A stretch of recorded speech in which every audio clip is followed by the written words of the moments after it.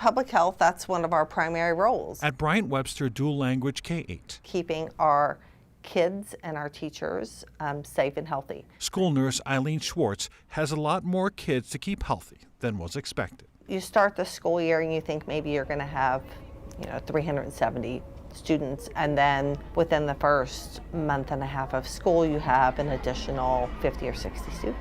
DPS has identified 10 schools across the district that have seen a large influx of migrant students who just arrived in Denver. It's definitely getting bigger, but then there are also some that are leaving, where we have kind of a running list of our refugee students, and then keeping an eye on that and like, okay, well, who's here and are they still here? Oh wait, they haven't been here in a week now. Are they coming back? Schwartz says these kids are constantly on the move. There are some that their family, they run out of time and then they're on the street, and that is very hard for our community to hear. The lack of shelter leaves Schwartz to deal with unique health concerns.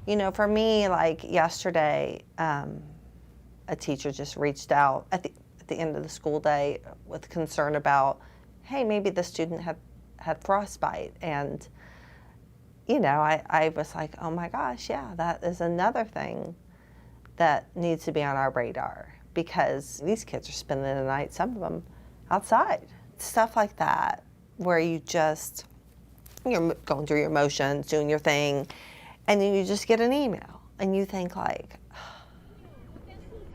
from the serious to the routine, Schwartz helps migrants keep up to date with immunizations. Polio, measles, mumps, rubella, varicella. You want to make sure that you can get these to these children so that you protect your whole community. She expands opportunities for these children by setting up physicals so they can play team sports like everyone else. It's a little bit of normalcy in their childhood, and that was like, I thought it was such a tiny thing, but for me, I'm like, oh my goodness, we were able to do this so that they can play volleyball or play soccer with their new friends. Schwartz is concerned that her care is not enough. I think it's a way bigger issue than just like this one school trying to meet these needs. Yes, we could do that, but right now, refugees are gonna keep coming and keep coming.